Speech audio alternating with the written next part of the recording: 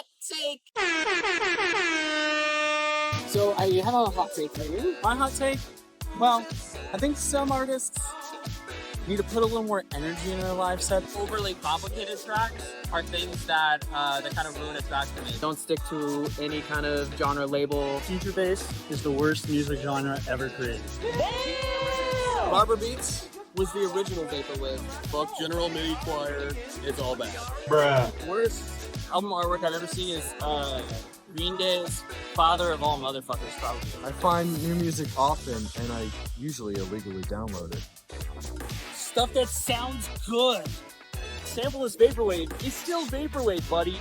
MIDI wave is a form of vaporwave. Deal with it. Gen Z's the future of vaporwave. I said it. What is your musical guilty pleasure, Vape Bearer? It's gotta be K-pop. If you don't like mint chocolate chip ice cream, you are a baby. Music isn't real. I smell weed.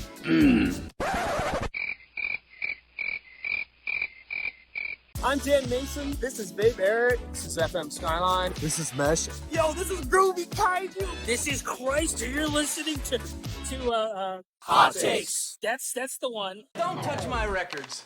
Ever.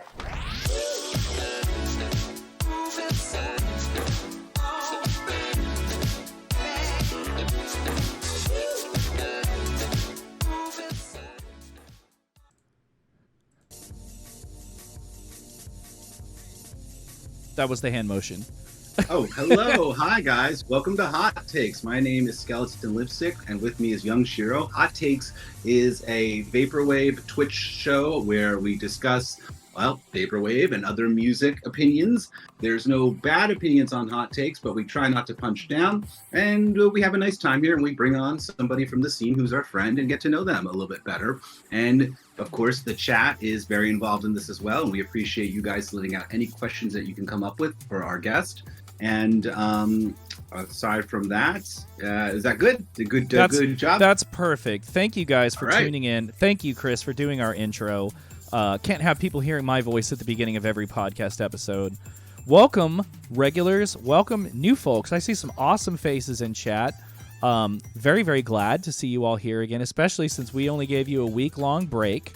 We're very excited about our guest tonight, and all we ask is that you keep the questions going because we do our best to never skip a question.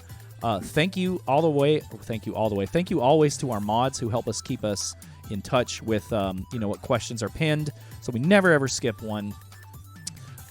Commands, you guys, if you saw the intro, can type exclamation point Spotify to check out our Spotify playlist. We now have not just the best of or the like hot takes recommended playlist. We have an exclusive playlist submitted to us by Whitewoods with 10 of his favorite 80s cinema like OST songs.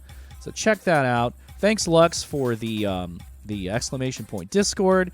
We've also got exclamation point donate, where if you feel so led, you can donate to the show. All donations are completely optional and go right back to the community with commissions and equipment upgrades for Skelly and I and your friends like Segaoctopus.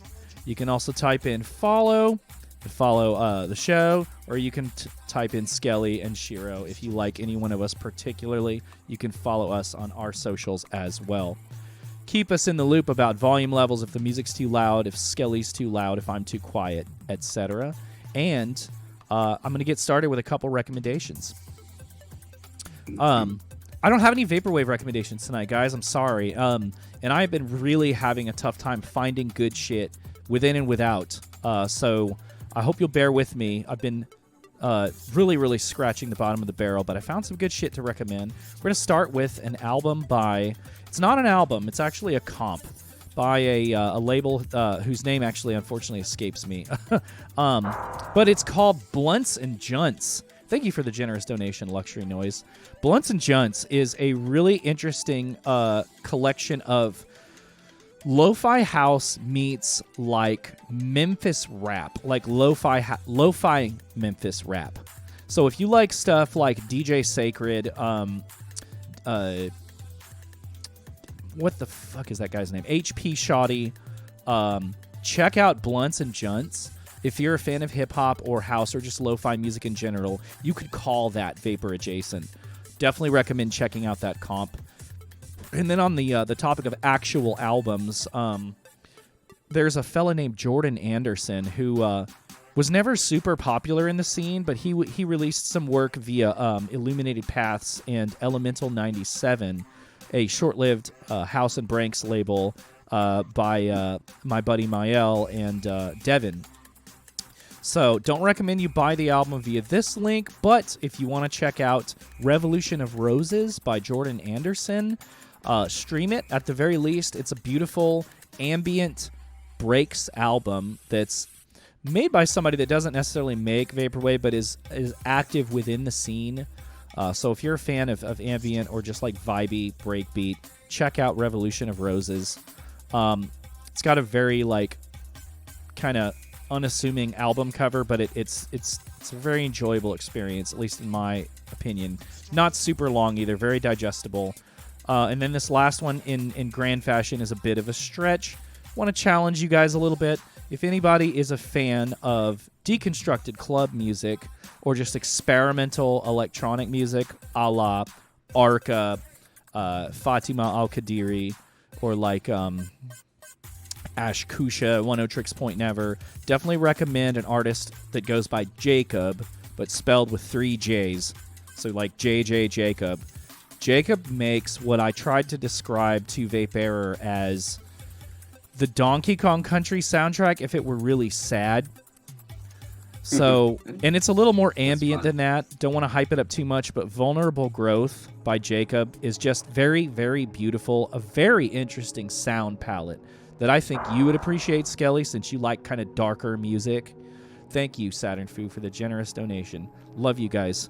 If you like sad, dark, experimental music, you got to check up Vulnerable Growth by Jacob via the link that I posted. Don't think you can buy it via SoundCloud, but, you know, I think it's available via Bandcamp and Apple Music. I was just too lazy to find those links. I'm going to turn the spotlight over to Skelly, who has our hot take for the evening. Okay, so, you know, one thing that we've discussed a few times, particularly in the scene or any music scene, is the idea of the anonymous artists versus the ones who are not anonymous, right? So we've always talked about, we talk about how interesting anonymous artists are because of their anonymity, because of their mystery, because of the sort of crowd they create with their persona and how that can work to their advantage. But I want to put some attention maybe on the artists that don't do that. So the artists that, okay, so if you're going to go the other route and you're going to be someone who is not anonymous and produce music under your own, with your face revealed, et cetera, how important is the personality of that artist to the music? It's a kind of a question for you guys. Do you, if you do know who the artist is and they do have a persona and they are out there, do you find them to be are you interested in what they're like? How much does their personality affect how you process the music? Do you find the music to be more interesting if the person themselves is a more interesting character, if they have more interesting takes, if they're a controversial character, if they're a dark character, if they're a very, very friendly character? How important is that to whether you're going to engage with their music or not? I think it's actually very important, personally. I think that the more depth that the person seems to, who decides to put themselves out there, seems to display, kind of makes me more interested in their music. Sometimes even when they're more controversial, it makes you more interested in their music. Does that play a big role? I mean, if you are an artist who's going to put yourself out there and claim your music and not go the way of being anonymous, is it incumbent on you to kind of, be kind of an interesting figure, right? Is that important? I think it kind of is. I think that if you are an artist and you're going to put yourself out there and you're going to really, have your face and your personality be out there, I don't know. I think that you should strive to be an interesting figure. I just think it helps you. I think it makes people become more interesting. It's not necessary. You could be an extremely good producer and sort of be a bit of a boring person. But I don't know. I think that the more interesting the artist is when I know who they are, I kind of get more interested in their music. It does go back to that whole thing of I don't know, do we really sort of idolize the tortured artist types or the difficult to understand artist types? And I'm not sure. What do you think, SHIRO? That's a really good question, and people are sounding off in the chat with their opinions, and we appreciate that. I think it's probably easier on the artist to not let it all hang out because it's just literally less work, you know, and some anonymous artists can do it without having to have their personality out there, like Blank Banshee. Like, does anybody know anything about what Blank Banshee's personality is like? No. You know, but then there are some artists, and I put in chat, acts like 3D Blast and Discoholic have almost transcended their music. Example. Yeah. Pad Chinnington, you know, like at this point, people really like them for who they are.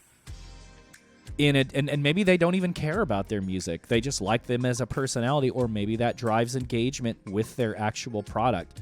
Who knows, man? But I definitely think that it's something that, you know, you want to, I guess, like, if you're going to put yourself out there, you probably want to be careful about, right? You don't want to, somebody said in chat, who said it? Celadon Dream Suite. I'll say this, the person's behavior can make me not want to listen. That's true. definitely a thing too. Yeah, and that's another thing, isn't that right? Right? Yeah. Yeah. Yeah, that's absolutely true. It is an interesting fine line to walk, whether you're going to be like someone who's like sort of antagonistic to the point that you can be, you don't even want to have people engage with you. Yeah. But, you know, I'm always surprised when I meet people who are producers or artists and like, they're not crazy. Yeah. Dude, and then there's always artists like Begotten or like Telepath, where the legend is almost more important. Once again. Yeah, once again, it's more those people who are going anonymous, right? Once again, but you know, I met Telepath, and you know, he's a very interesting figure as well when you talk to him. But yeah, I don't know. I'm always surprised, honestly, when I meet people who are really good artists and make really interesting music or art, and they're, you know, relatively normal people. And like, that's actually the thing, because like I'm a crazy person, and I'm so shocked when I meet people that like do stuff and are not crazy. I'm like, how? So it's interesting to me. I expect all artists to be crazy. Sometimes I think the ones that are very normal, like there's something going on. I will say it doesn't surprise me that some people like that aren't way out there end up being kind of like quiet or just really like benign people. Like I met Luzine one time, guy who's been on Ghostly International for a super long time. And his personality is not really out there. And surprise, surprise, I said hello to him, and he was very like not talkative at all. You know, so maybe some of the quieter people just, they're that way because they're just not loud in your face people, you know. Yeah, which is, you know, that's fine. Not everyone could be like you and me, right? I'm not even, I mean, they don't have to be loud, but I'm just surprised they're not crazy. But well, I guess we better see what our treasured guest for tonight thinks about that. Everybody give a warm welcome to Segaoctopus. If you're not familiar with Sego's work, Segaoctopus not only is a renowned Vapor-adjacent, mostly 8-bit artist, but she works on a lot of like stop-motion stuff. If you haven't seen some of the work she's done for like Equip and some of the other artists, it's really well put together. And when you see like the roll, the final product, it's like, damn, this is really impressive. So she does a lot of homages for acts in the scene, and is half of the Sight, Sounds, and Conversations duo, along with Codex Boy Encyclopedia. So if you're a fan of Sight, Sounds, and Conversations, obviously you'll be excited, and if you're not, you should check it out. It's the show that they put on, and it's probably the most experimental and free-form vaporwave live stream event that is in the scene, in my opinion. Both of us have been guests. So go ahead and unmute yourself. We're going to take the screensaver down, and everyone say hello to Segaoctopus. What's up? Hi, everyone. Hello. Thanks for having me. I'm so excited Thank to you be for here. being here. Oh, can't wait. Hello. We're incredibly excited. It has been a long time coming. You know, you've been with us since day one. We should have had you on here a year or two ago. What do you think? We gotta pace ourselves. We have to, like, you know. It's so tough to choose who's coming on next, that when you get put on, and the list is very long, when you get put on, it's like, all right, this is somebody special. And people are going nuts in the chat. What do you think about people that are anonymous or people that are more like larger personalities, do you think that helps drive their brand? What do you think? Yeah, definitely. Like, I could think of a few examples, like Banksy or I guess Apex Twin isn't really anonymous, but I don't know much about like his life or anything. But True.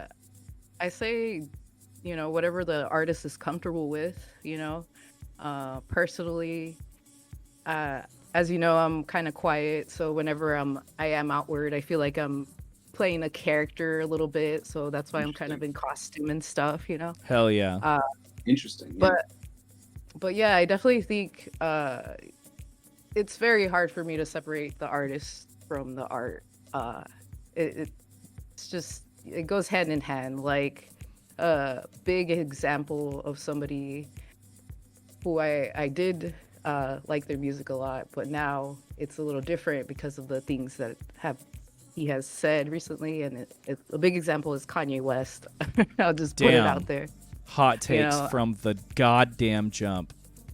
Yeah. Okay. I'm sorry. I've just been a little, You don't owe anybody an apology.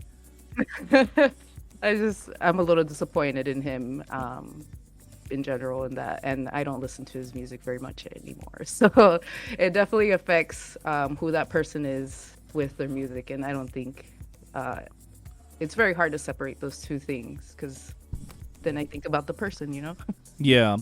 Do you find yourself when an artist is particularly like problematic or just turns you off, do you stop consuming their art entirely, or do you just like maybe just stop paying for it, or are you able to completely separate and still enjoy their work? Maybe at one point, but there is a mourning period, Yeah. Because I know like there's artists that I have had to like break ties with, and I'll still consume their art. I just won't pay for it or like shout it out and promote it. But I'm not gonna, like Skelly has said many times, like you can't pretend you didn't hear that one Smith song and it didn't change your life. Like you can't like not have that memory. I can't be unmoved by what moved me. You know what I mean? And that's my relationship with a thing. And it doesn't matter who made it or who, whatever. Like I felt it. I was moved by it. I can't go back and pretend I wasn't. You know what I mean? Like it happened. That's a thing that happened. No, I don't have to support it. I don't have to pay for it. But I heard it when I was 16, and like it moved me, and it was important to me. And am I supposed to pretend that didn't happen? It did. Yeah, and I mean, there's a lot of examples of shitty people who are artists and stuff, and sometimes you do just... There's also varying degrees of it, too, you know what I mean? Yeah. Yeah, it depends. Like, you could be like Ian Watkins, or you could be like, you said a word that you shouldn't say. You used a slur like one time when you were 16, Definitely like a range, a hell of a range there. There's a range. It's different for everybody. Right. Yeah. I guess in a perfect world, we could all be anonymous and then create our own, personas and stuff. But right. It definitely is hand in hand. Because if I hear an artist is really nice or something and I kind of like their music, I'll give it more of a chance to, if I know that person's a genuine good person. Yeah. It is nice when you meet your heroes or whatever, and they're like kind people. That's really always wonderful, isn't it? For sure. It happens a lot in this scene, thankfully. Maybe not. I mean, I don't want to act like we're a special scene that's like different and better. I mean, I might be a little biased, right? But it definitely sucks when you meet your heroes and they're like shitty people. Yeah. Well, run up the questions for Sego in chat, y'all. Chris, I'm sure you've got a lot of good ones that we can start with. Of course.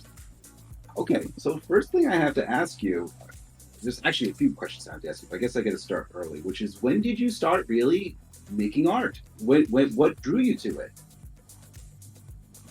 Well, I've always been drawing since I could hold a pencil, basically. And I think it really hit me when, like, I started school in, like, kindergarten, and one of my teachers was basically like, "Oh, that's pretty good. Like, nice sheep there." And then I was like, "Wow, Right. I can draw a sheep." Yeah, That's where it all started. yeah. So But yeah, so it's always been like a hobby for me. Like I would buy like how to draw books. Like one of the main ones that I stuck onto was a fantasy book where, you know, it would show you how to do a dragon and step by step kind of things. I remember those. Yeah. So I did a lot of that, and then I would draw comics here and there in school. And I was that kid always drawing on like your notepad instead of doing their homework and stuff like that. Nice. So yeah, it's always been in my life. It's always been a thing. Yeah. what made you keep But- pursuing it? What made you keep pursuing it beyond just, you know, making small sheep photos and drawing dragons? What made you decide to, you know, to keep doing this, to be the thing that, like, you know what, this is a thing I'm good at and I'm proud of it? Was there a moment where you really came to this like knowledge of, you know what, I think I'm going to be doing this for a long time? I guess when I started taking it a little bit more seriously is when I started reading more comics, more manga and stuff. Interesting. I started writing just like my own little stories, and I think from there I got more involved in my creation. So I guess that's when I started taking it more seriously. It was when I was like, oh, I'll do a narrative, I'll create a character, or like stuff like that. And I was always the type of artist who was like, yeah, I love animation. I'll watch any kind of animation, but I'll never touch it because it's way too hard. Takes too much time. So that's kind of why I leaned on the comics, where it's like, I thought it was gonna be less work, but I would say probably just as much work, if not more sometimes, than animation in comparison to comics.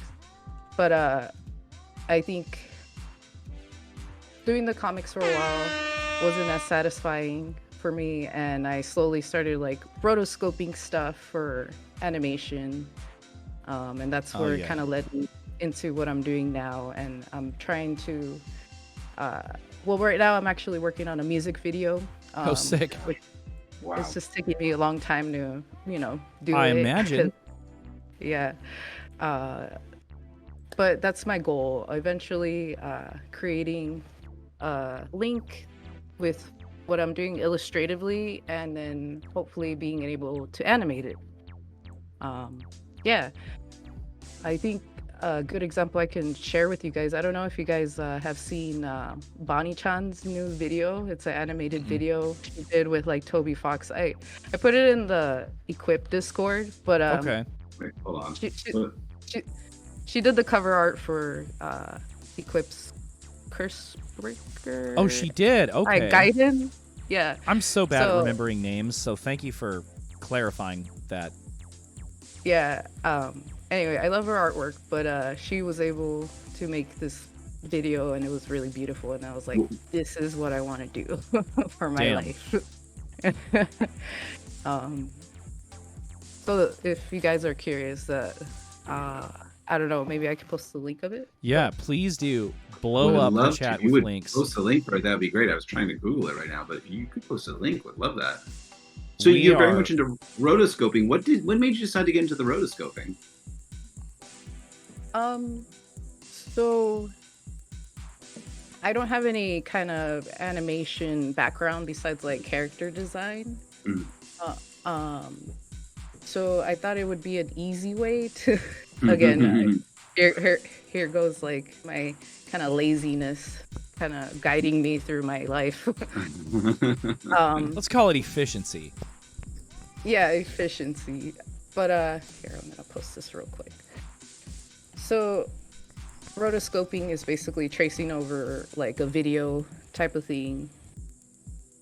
I'm gonna post it in the chat. Is that cool? Yeah, It's please do. absolutely cool. Okay. We promise we will get to y'all's questions. Thank you so much. Yeah. So yeah, I started with tracing videos, and it was very like self-explanatory. You trace over the image that you want, and then you'll kind of look at it. So it was an easy transition for me to be able to like learn animation that way. So that's what really drew me to it. Because Gotcha. I think, sorry, Shiro, I think you mentioned you talking said about another the- form of animation, mentioned- but it's not exactly what I do. I think I said But I'd love stop to do- animation, and it's because I'm a plebeian and don't know. I always think of No, it's some of- okay. I always think of like Heavy Traffic or some of the other Ralph Bakshi stuff when I think of the rotoscoping. Yeah, Or me the too. Or Lord of the that Rings one thing Lord he of the did. Rings movie. Oh yeah. Yeah. Yeah, that When you stuff said is so rotoscope, I was cool. like, that's what I meant. Yeah, no worries. That's something I actually strive for, is to maybe do stop motion at some point because I love that stuff too. So. Oh, you're right. um, Stop motion is completely different. I'm a dumbass. No worries. I'm glad that No you knew worries. what I meant. Or yeah, Waking Life or Scanner Darkly. I see that. Just Oh yeah, that was absolutely, and that was a wild. Mhm. Those are great films. Yeah, definitely are- big inspiration. We're drowning in questions. Thank you, Chad. Really? We have so I many gotta- questions. Let me Can just I get. ask really quick before we get? I just want to ask really quickly, and this is a question that I like to ask a lot of the visual artists that come on. How did you figure out what your style was going to be? I feel like it's such a difficult thing for the artist to do. So figure out like what's going to be like what my style looks like. How did you figure that out? You know what I mean? Oh man, that's funny that you asked that question because even now I feel like I don't have a solidified style. You're a jack of all trades for sure. But Yeah. there's definitely a distinct style that you draw. Like you're, moving away from any of the doing 8-bit or rotoscoping, or you still have a distinct style of how you draw figures and how how do you come to that, or do you think you're still working on it? Yeah, I guess when I first did kind of vaporwave fan art, I did a series of like chibi fan art. Of that's right. Everybody. Oh yeah, those were great. So I think that's like the first style that I really gravitated towards, was like a really cute, like precious moments almost feeling, like really soft, really cuddly, type of things. And then from there, I guess it kind of grew into other styles that I like and I'd like to be better at. So I guess it kind of just grows from my interest and what I like in general. I think the biggest example of my love for like chibi stuff is like, this is gonna sound kind of cheesy, but it's like when Pikachu came out, I was like, yeah, cute. But when Pichu came out, I was like, Like, it's damn. smaller.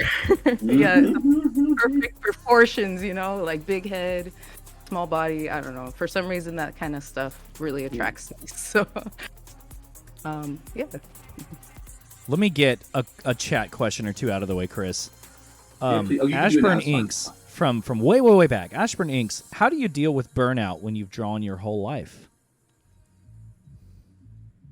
Burnout, huh? Well, I do something else. I will either play a video game or go outside, touch some grass. There you go. Completely not think about the thing that I'm working on, because I don't know, I feel like if I'm even working at being good at a game in general, like for example, I play a lot of DDR and Hidodora, which is like guitar game. Oh, nice. Yeah, the rhythm type games. Yeah. If I do other things, I feel like when I come back, I'm a little better at it, So I feel like same goes for art. I take a little break, take a little breather, and then Good on you. get refreshed coming back. Yeah.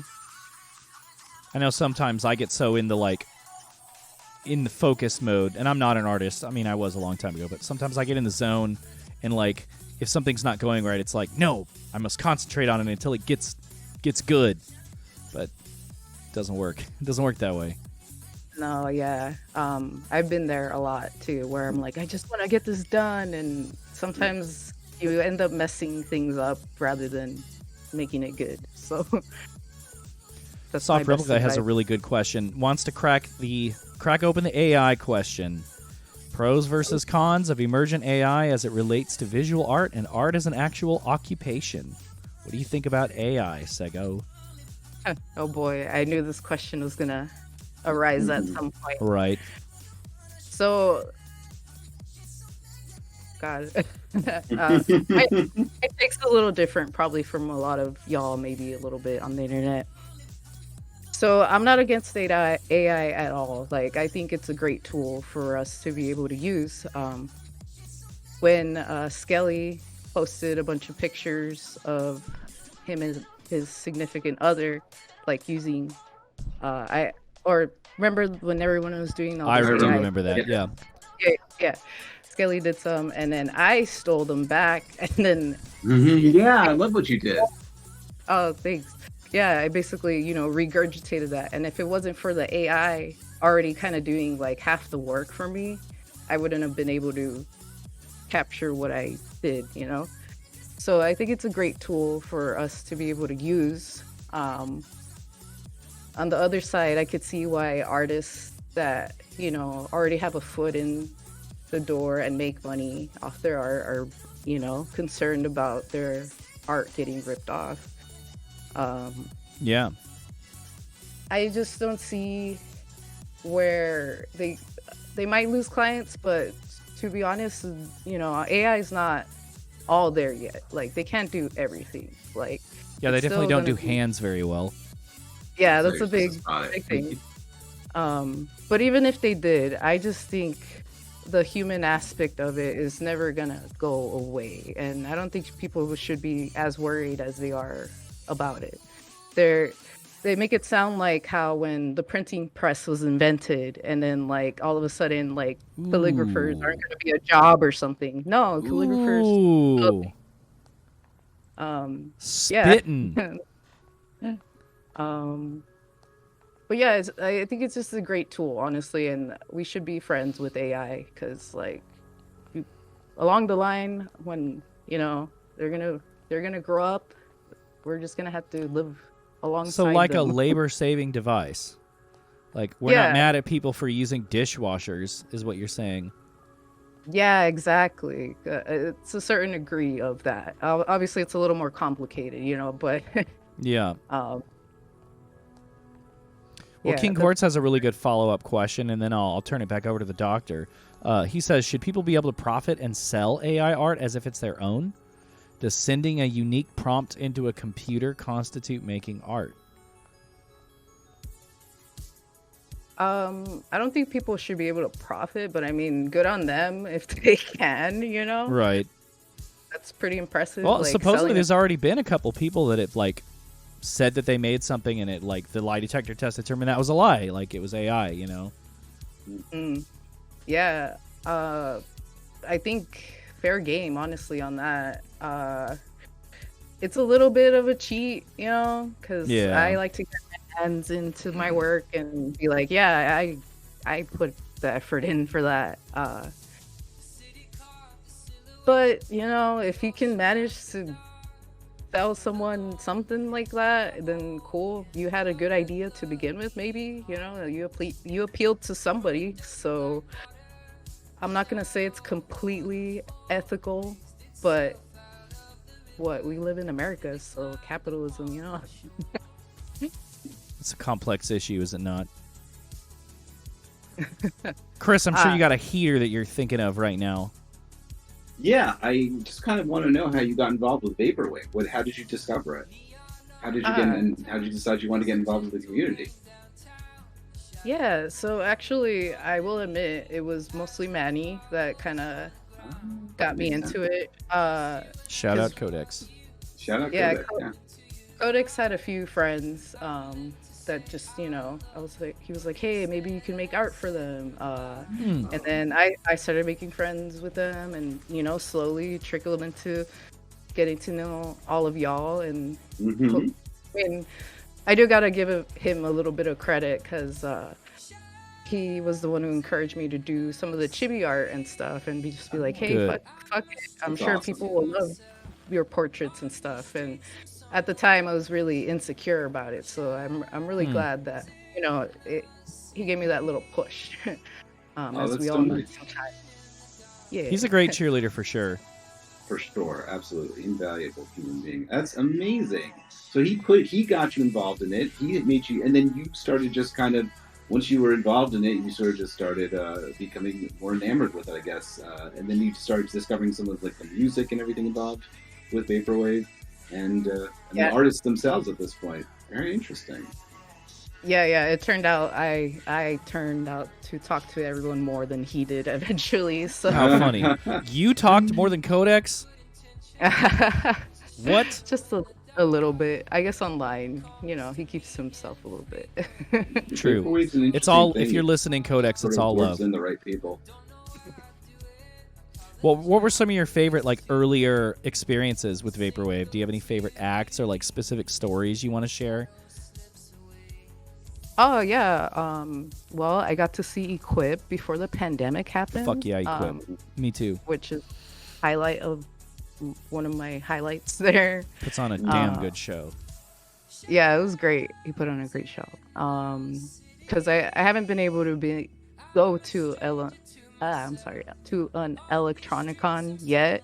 I really want to. Aw, yeah, you gotta go. Yeah. Just haven't had the opportunity to. But yeah, hopefully I can. Wait, what was the question again? Now, there was, well, I kind of want to take a side route. There was a picture of you, I believe it was PJ and B. Oh, that's in Where was Philadelphia. that? That was in Art Philly? Museum. Yeah. Oh, fuck Museum, yeah. So right? what were you doing out in Philly? Okay, The yeah. George Clinton show. Yeah. That was kind of my Electronicon experience because there was George Clinton and Okay. I got to meet Skelly there and I saw Yeah, the so many other Jealous. people, yeah. So yeah, that was my mini little Good. vacation. It's just, it's and then- such a fire photo. Yeah, that's one of my favorite photos. Honestly, it's so great. I got to meet Defant and PJ, and we just were messing around in the gallery there as artists do, and it was great. I remember when Electronicon 3 was announced and people were like, oh yeah, we're going to go. And then people started dropping like flies and all my visual art homies started checking out. It's like I got to meet B finally, which was awesome. But PJ and Lunitas and you didn't go. And I was like, damn, none of my art homies are going. I was so bummed. Yeah, I was bummed too. I was trying really hard, but Hey, just, man, it happens. Yeah. But the question that I had asked, sorry about the sidebar, Your Honor. The question I had asked is what some of your early Vapor experiences were or any other favorites. Ah, gotcha. Yeah. That's probably why I drew a blank. Because, yeah, that's probably the only one, unfortunately, live show. Besides, like, watching the live streams. I've always liked watching the live streams, which kind of inspired, Sight, Sounds, and Conversations. We're like, True. we want to have a party like this all the time, too. What I love about Sight, Sounds, and Conversations is y'all find the most, like, experimental, like, people in the scene, and you give a platform to like, everybody. So, shout out you guys for not, like, I don't want to say that you don't curate a specific vibe, because you definitely do, but you're very, like, free format. It's a very punk rock live stream event. Ah, thanks. Yeah, we definitely try to go for that vibe. Like, it's funny because it seems like we seem to attract the right people because I don't think we've even said no to anyone that's been like, Nice. hey, can I be on the show? You know what I mean? Usually we're kind of searching, being like, hey, I have a band. I'm like, cool, can I hear it? Oh, hell yeah. Yeah. Let's put you on. Simple as that, Yeah, so we've gotten pretty lucky to be around a lot of great artists and been able to put as many shows as we have out.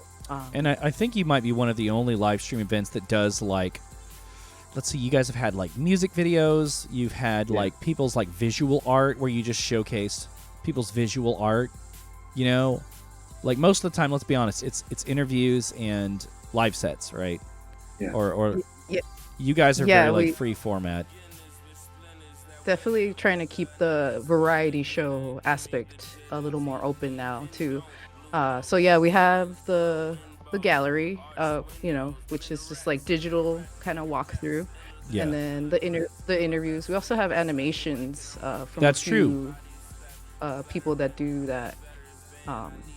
Very inspired by them, by the way. And I'm like, damn, I want to make my own little short. But they definitely work hard at doing that stuff. And soon we're working on putting like a little bit of a news segment together. That's cool. Amazing. Yeah, kind of giving, general art news or just like things that happen. Yeah, just to stay informed on a little bit of things. We're actually gonna make a new like little theme song for it as well to kind of match the vibe. So we're doing a season premiere, as you could say. So expect new stuff from Sight, Sounds, and Conversations. That's what we need, Skelly. We need to commission someone to make like a jangle. A jangle? You heard it on Hot Takes. You mean a jingle? No, a jangle, like on a radio show. It's a jingle. Like a little is it, intro. Is it called a jingle? Thing. I was always told it was a jangle. I do have a radio background. If I'm wrong, then damn. It's pretty sure it's a jingle. Or is it a could be jangle? a jingle. I think it's a jingle. Jangle. Like the saying jingle. You want to get another question in real quick before I ask KJ Valium's slapper of a question? Sure.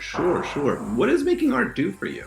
Does it relieve stress for you? Does it give you a sense of accomplishment? Does it give you a way to express yourself that you couldn't express yourself otherwise? You have some kind of catharsis through making these things? Through making your projects?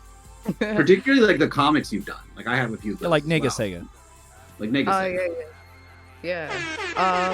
Maybe a little bit of all, but I think mostly it's a way to be something I'm not or would like to be, or I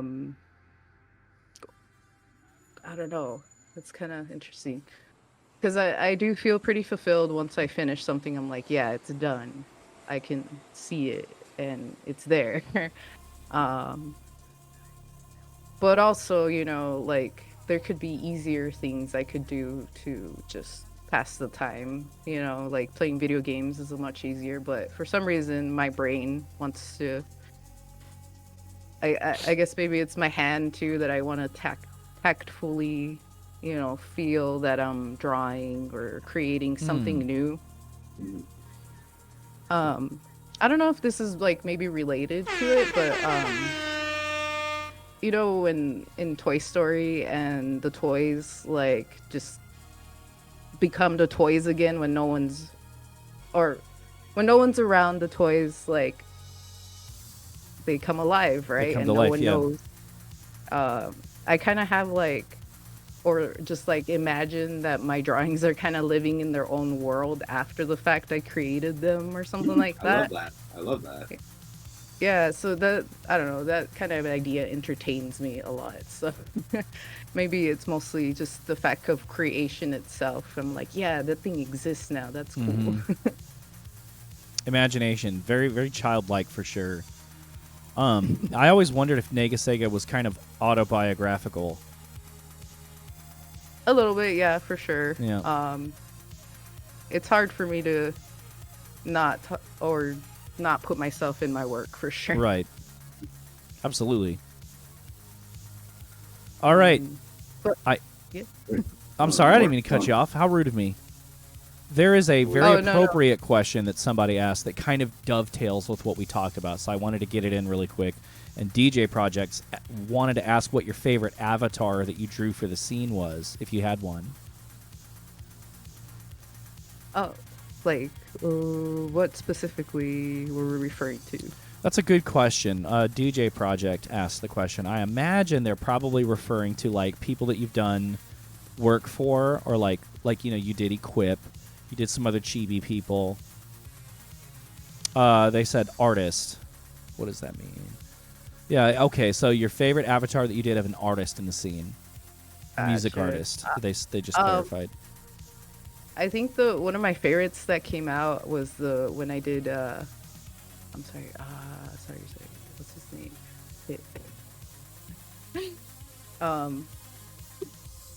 I want to say Vipair, but that's not his name. Super anonymous dude with the costume. Please. Are you talking about Telepath? Telepath. I'm so Are you sorry. like me and you just like forgot the name. space last minute on the name of something? I do that all the Yeah. time. I do that shit all the time, and I look dumb as hell every single time. It's Yeah. my reality now. Yeah, I did a chibi telepath. I remember that. It was adorable. That was adorable. That was a great one. Yeah, that one was my favorite. He's just so cute looking. Oh, It yeah. worked out really. I would love to see like a giant like montage of them all. Like if you Ooh, did a that's a good chibi of like everyone from Electronicon and they're all together, like a Final Fantasy Dissidia, like they're all together. I think I could do that. That'd be sick. It's probably a lot of work. I'd have to just find the files. I think that'd be the hardest thing. Have to dig through my hard drives. I Right. love how you kind of get these ideas for something like that's sick, and you, like, even though it might be difficult, even though that might be like a challenge, you seem to get like almost excited by the idea of taking on a new challenge. I mean, whether that be with the rotoscoping or the 8-bit projects you've done. Yeah, do you get excited thinking about new ways to express yourself with the art? Like when you come with like a new technique or a new idea, do you get like really excited about that and just kind of throw yourself into it? Yeah, definitely. I would I've definitely seen say this that. process occasionally on your Instagram, like you're trying to doing the rotoscoping, and like you do The seem time like someone lapse. who's like you want to do the thing, and like you're going to learn the technique to do it. Yeah, no, I definitely go by that because one of the recent things that I try to do that's still unfinished for me is I am learning Blender, which is doing like 3D Yeah. Wow. stuff. Yeah. Of Um, course. and I actually I don't know if you guys saw, but on the picture that I sent you guys for the advertising, there's like two little 8-bit people, and it's R23X and Equip. I'm gonna And I put the cropped version of that up on the screen really quick over your face, so you'll forgive me. it's on the corner. Oh shit, they're cropped. Oh, you can barely see the R23X just above her head to the right. Yeah, they're Yeah. small. Anyway, it's an unfinished project. I was trying to make like a Octopath characters or Octopath travelers type of Yeah. diorama type of effect. Yeah. And I was able to like animate them in place and stuff and like do very simple things and put them in an environment. But, you know, I kind of lost steam a little bit because I had to learn a lot more about Blender to continue and make a scene and everything. Learning but, sucks. Yeah. I just want to really make a Octopath traveler type of theme. That's the coolest fucking idea I've heard all night. Yeah, or maybe make a music video with it, or I don't know. I'm gonna. Man. Oh, that'd be cool. That's the next thing that I'm like, yeah, I want to really like try to bring that to fruition. I like it. Definitely can't wait to see that shit when it's done. For sure. I realized that I just skipped KJ Valium's question. It's kind of an oddball, but it's that he wants to know what kind of music you deem distasteful. Ooh. You know, I used to not like country so much, but my family is Mexican, so a lot of like the music, like banda music and stuff like that is really similar to country. So I'm gonna answer that I don't really have anything that I find detestful anymore, you know. I used to not like listening to like really heavy metal Okay. or just like intense metal stuff, but lately I've been listening to that more. Wild. I don't know. Yeah, I don't know. You came Things around. change. You came old. You get older, you know. So I have come around on a lot of the stuff that I did not used to like.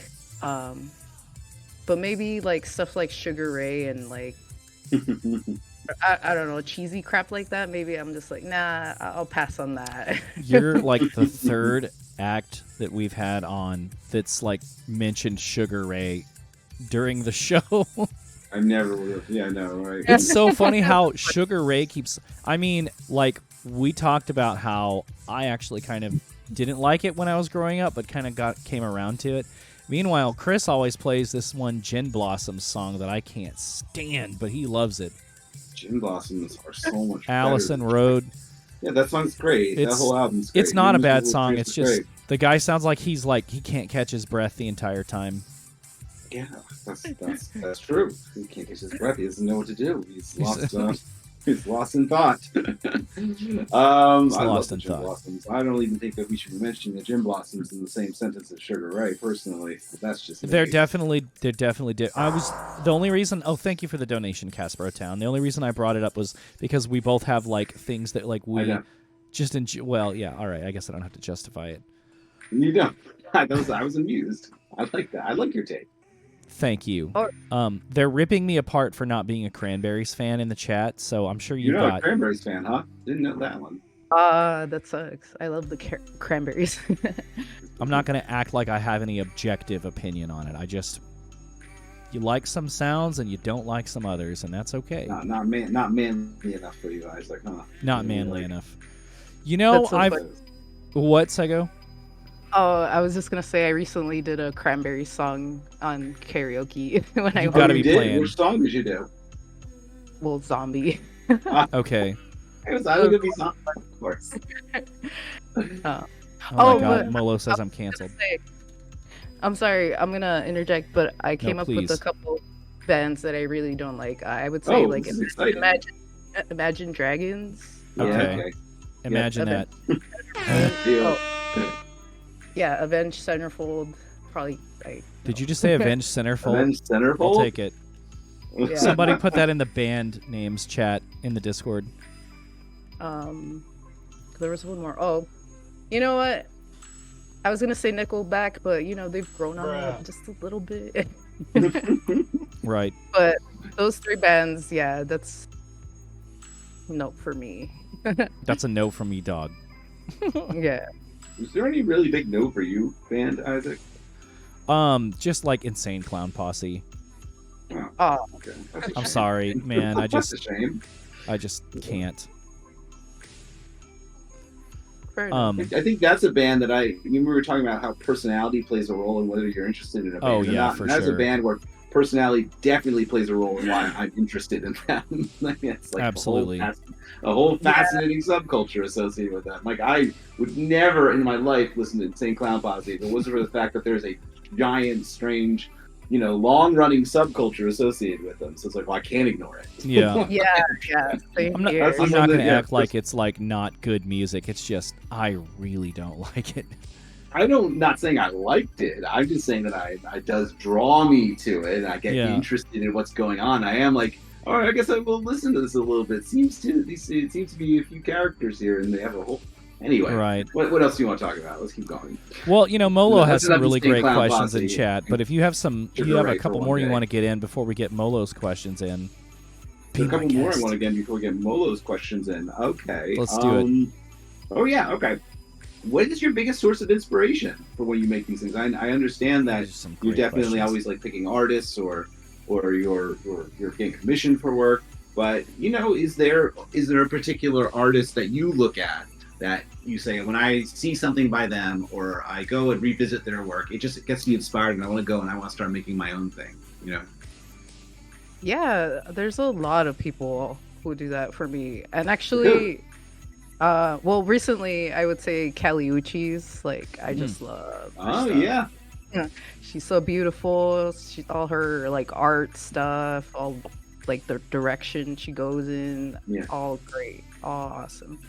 But I feel like I go through phases of like maybe hyper obsessing a little bit over things that I like. And then I'll like really lean into making either fan art or like really stuff that I make while listening to the music. So much so that I feel sort of like I have no identity, say like a Pokemon like Ditto. Damn, like I'm just wild. Copying others, and somehow through that I'm able to form my own creative kind of things. But yeah, I take great inspiration from everyone, so I'm always hoping like my stuff kind of does that for y'all in some regard. Yeah, like it's for sure, absolutely it does. give and take thing. Yeah. I can't really like. I mean, I was really into Quip stuff for a really long time. Like, I really liked that fantasy aspect of things, yeah. like Yeah. Final Fantasy style things. So yeah, again, just going with what attracts me, you know. Very cool. Really quick though, is there a particular famous artist that you really like a lot that you think of their work pretty often? Famous Yeah, Caliucci. like a well-known artist. Oh, Caliucci. I'm sorry. Yes, said Caliucci. Forgot about that. Of course. I listen to a lot of Charlie XCX. A lot. Of course. Wait, what about a Charlie's visual fire. artist? Actually, I kind of want to know a visual artist. Is what I meant. Actually. Oh, okay, yeah. Well, okay, I'm kind of cheating here because he's like half a visual artist, but he's mostly a rapper. And I want to say ASAP Rock. Oh, yeah. He does like a little animations here and there. I didn't know that. That's wild. Yeah. Oh, yeah, I didn't know that either. Yeah, he did his own animation for his latest like song on his album Garbology. But it's on YouTube there. But as far as visual artists, like I'm super inspired by Miyazaki. Like Fuck yeah. I recently have been going through like just rewatching a lot of the movies, like Kiki's Delivery Service, Howl's Moving Castle, Spirited Away, Beautiful. all, you know, Yeah, beautiful. classics. The animation's just beautiful. Oh, yeah. So that's always just the go-to for me. Gosh, there's so many artists out there. Right. I think another weird inspiration, I can't think of his name, but he does the animations for Eon Flux. Oh yeah, that guy is awesome. I can't remember his Paul Chung. That's not right. It's something. Is that the same person that did the Animatrix? He also did the Alexander. He did something on the Animatrix. That's true. He did one of the segments. He definitely did. He's got like that really cool like Adam Egoyan style, right? With like his long sinewy limbs and stuff. Oh, I fucking love Eon Flux. Absolutely. Nice. I love Eon Flux. Yeah, that one was a huge influence on me when I think that whole thing's been a huge influence on like me and my taste for a long time. So watching it as a kid in the shorts on Liquid Television. Tsunami Wave. Yeah. Peter Chung. I was close. Paul Chung. Peter Chung. Peter Chung. Cool. All right, close. I gotta. I was close. Gotta put that in my mind. Oh, another great artist actually that I am that inspired me to actually not be so scared of animation was Rebecca Sugar and like Steven Universe. I love how like video game inspired her shit is. Yeah, it's for it's sure. so joyful to watch. I was actually just watching an episode earlier to hear me out before the show. I need to hear. I need to see some more. I liked what I saw. I just never like committed to it. Yeah, it's a fun show for sure. There's some like really like dark parts. Yeah, and like deep shit. It's funny. Let's get these. Let's get these questions that I hate to interrupt you. I'm so sorry. We have a mid segment that we're going to run here in a minute. So let's get these like awesome questions that Molo has for you out of the way, and then we'll run our midsection, a guest spot courtesy of the Wizard of Loneliness. Monica has two that I have let languish in the chat. Molo, thank you so much for being here. Starting with her more recent question, wants to know what made you interested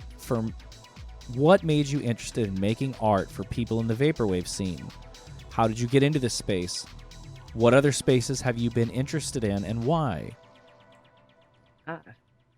So I kind of talked about it a little bit. That kind of coded. That is true. Pushed me into it, but also my own interest, because I was like, yeah, this is cool. How is this not more popular? Almost feeling like it should be more popular. I can't really say I'm in like other communities as much as this one, to be honest. Like I'll have my friends that are furries, you know, and then we have like anime stuff in common.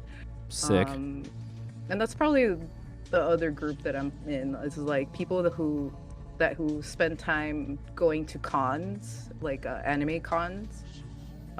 Very cool. Yeah, it's something I would like to be more involved in, but ever since the pandemic happened, you know, that kind of died down a little bit. But Yeah, hopefully that's it'll true. be more of a thing. But yeah, that's probably another subculture, is like the anime people, and I don't know, the weebs, I guess. The weebs. The future funk fans. Yeah. Other than that, yeah, this is probably the strongest community that I've been in, that I'm like actually friends with people and we talk Right. and stuff. So, yeah. So Monica also wants to know what it's like working on commissions. She mentioned she'd known artists that got burnt out from making other people's requested art pieces because it wasn't their own ideas. How do you feel about your commission work? Great question. Thanks, Monica. Interviewer, Yeah. right? Professional. So that is always a big dilemma. Like, taking in a commission is a big responsibility, I think. This is why I don't go into tattooing, because I can't bear Right. the responsibility of like forever having to have, you know, mess someone's skin up or something. Yeah, right, yeah. So when I take a commission, I really take into consideration how I'm going to enjoy it, for sure, from the very get-go.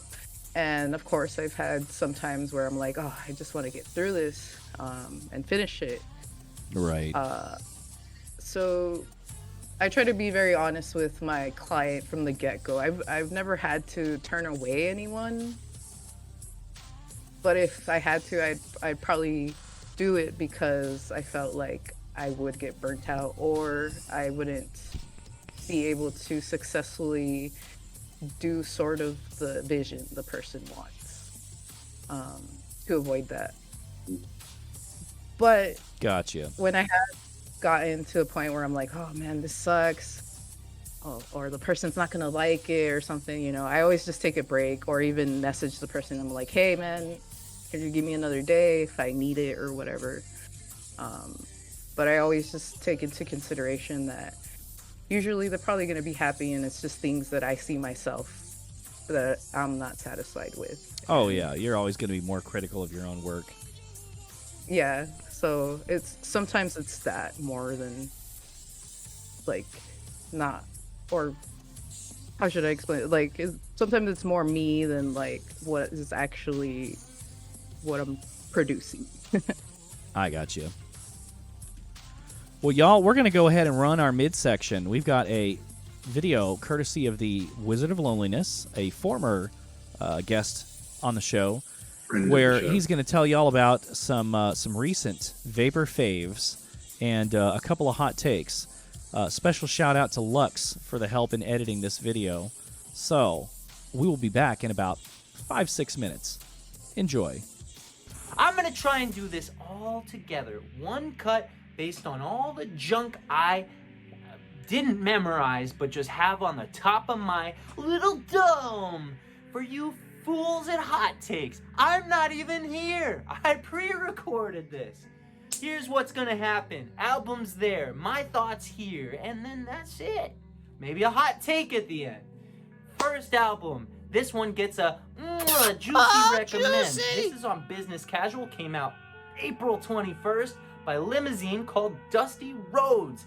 Let me give you the 2-sentence summary. This album is like a road trip across the western states. We're talking canyons, we're talking painted hills, we're talking sunsets, we're talking the sound of the car on the road, windows down, birds chirping. That's what you're gonna hear on this album.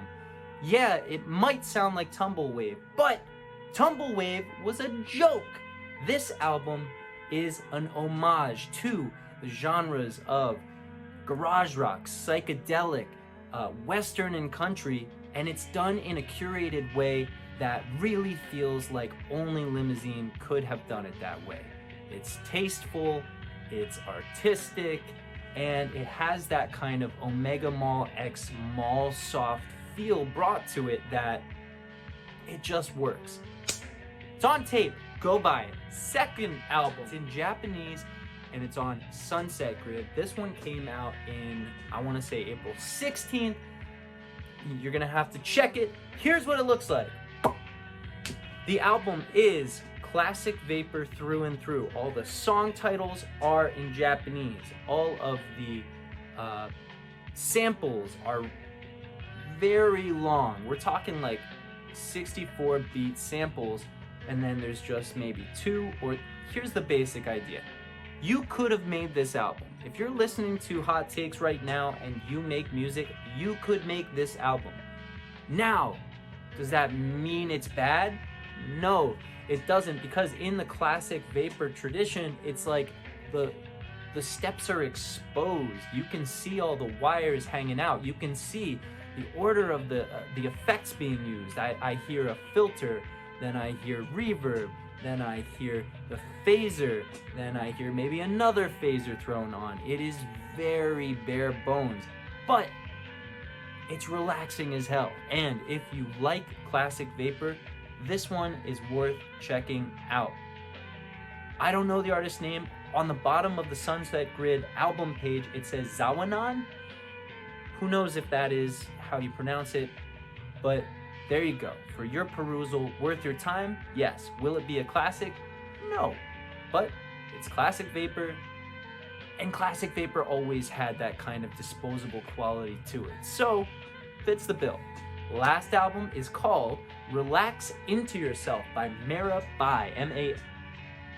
Look it up. That's not how it's spelled. Marabai. This one came out early April. And I only know about this because it came up on Bandcamp Weekly. Now this is not Vaporwave per se, but it's adjacent. And why I'm saying that is because I know that Skelly and Young SHIRO like older electronic music as well as the newer stuff, and this one has both feet firmly planted in an earlier time in electronic music history. We're talking late 90s, early 2000s, and this album captures a bunch of different vibes. There's only 6 tracks, but each of them really does feel like it is trying to emulate the style of a different artist from that electronica heyday. So what I mean by that is you've got albums that sound like Fatboy Slim. You've got, songs. I'm not gonna do another take. I don't want to. You got songs that sound like Fatboy Slim. You got songs that sound like Massive Attack, some of the down-tempo kind of sound. You've even got a little bit of dub in here, which that brings me to the downside of this album. There is such a wide swath of genres being mixed in here that if you really like those earlier tracks, such as the first one, Evil Butter, or Midnight to Dawn, and there's a ton of features on this. Each track has a feature, so you can check the list there. But if you like those earlier tracks, which are more high energy, high tempo, you may be disappointed by the later tracks, which have more of a winded down feel to them and are really capturing more of a calm atmosphere. So, that being said, there is something for everyone, assuming that by everyone we are talking about people that like older electronic music. It's all here on this album, but double-edged sword, that means that not everything on here is going to be for everyone. So that brings me to the hot take. We're switching to hot take view. The hot take of this week is sample spotting is fine. Sample snitching is a crime.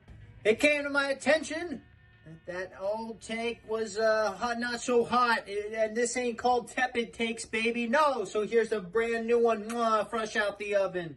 The vaporwave scene is not inculcating young people into the genre. It is aging, and here's the hot take.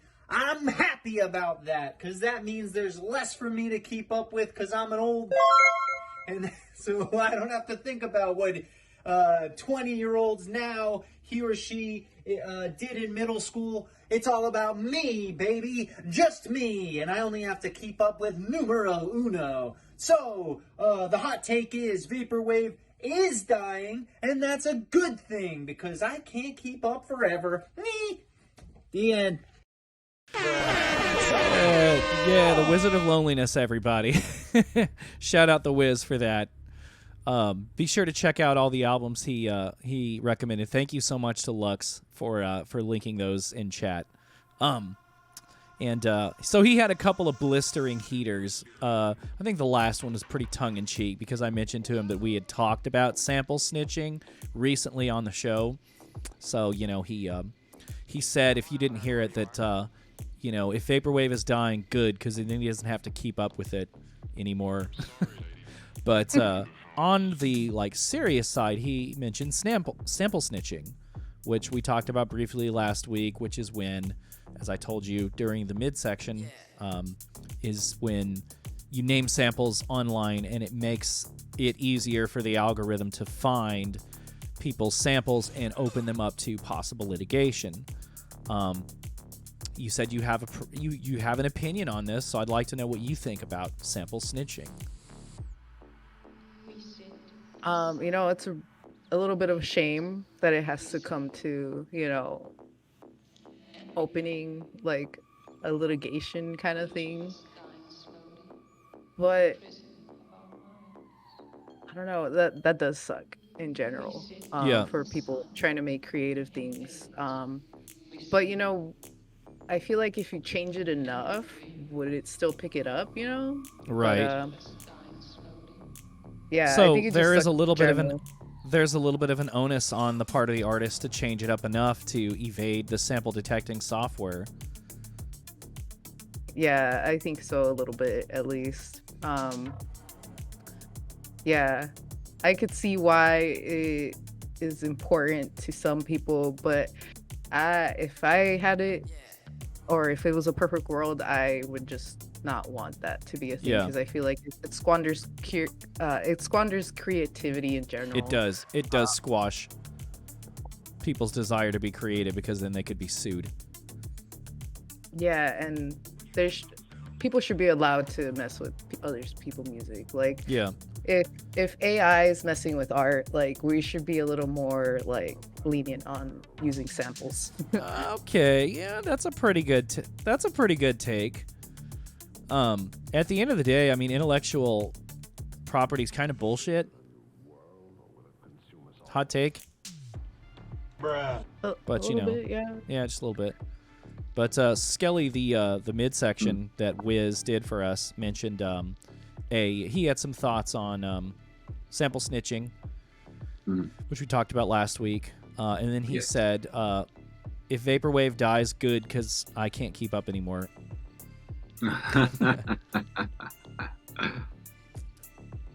Well, chat, if you don't mind, why don't you light us up with some more questions for Segaoctopus? And while we wait on that, I'll just ask, how do you feel about sharing things that you like with people? Are you more of shove your taste down people's throats, or have you thrown your, I don't know if you've heard the phrase, throw your pearls before swine, where you showed somebody something really valuable to you and they just were not paying attention to it, or they shit all over it? Have you had experiences like that were memorable? Yeah, I've actually had a lot of experiences like that, so much so that I try not to share things that I really like, unless I know what that feels like. Yeah, I just, unless I know the person's gonna have a good take on it, or I know they like the thing. I guess, for example, okay, I'm a big Zelda fan. Okay, true. Okay. And I'll talk to Zelda about anyone, honestly, but how can I say this? If they don't like Zelda at all, why bother even bringing it up, or just, I'm not a person that shoves things in people's faces, for sure. I'm more hey, I'm hoping to have a little bit of a good conversation with somebody where they don't completely hate it or something. So I tend to keep my likes and dislikes to myself most of the time. So unless you know that an audience is being receptive, you'll keep it to yourself. Yeah, and I don't know if I it's think that's like super reasonable. I don't know if it's just me like being a girl about it, maybe because like I hang out with a lot of dudes a lot of the time, and they'll be like gamers or whatever. Yeah. So I just leave my takes for something that I'm really passionate about. I got you. Do they do that thing where they're like, "Oh, you like that? Name every single thing there is to know about it." Yeah, exactly. Do they do that? Fucking Really? dudes. Oh, it's so annoying. That's terrible. Yeah, and there'll even be like music people like that too, and I'm just Oh like, yeah. Why do people do that? I don't know. It's like a contest. What is that like gonna? Yeah, but like, why do you like? You're just gonna alienate the person. I never understood that sort of behavior of like, oh, you like the thing? Oh, well, name more stuff about it. Particularly Right. if you're talking to like a girl. Like, what is the point of behaving like that? I don't know. Men are conditioned with a lot of like competition built right in. Yeah, we are. Good, very good point. God damn. That's probably what We it sort is. of just get conditioned that way at a young Yeah. age. It's just like a shame because it really alienates a lot of people that are just trying to be nice. Son. Yeah, exactly. So Right? So then you just and so when I just want to, this is interesting to me. All right, so then they do that to you, and your response is like, "Oh fuck this shit! Like I'm not even gonna mention things I like." Is that right? Yeah, Damn. yeah, for the most part, unless I That's interesting. That's interesting. You know, I feel like that's like a lot of like that's like a thing that is like a woman, you kind of get conditioned to be like, oh, just don't speak up or they're gonna jump all over you. yeah, That blows. Fuck that.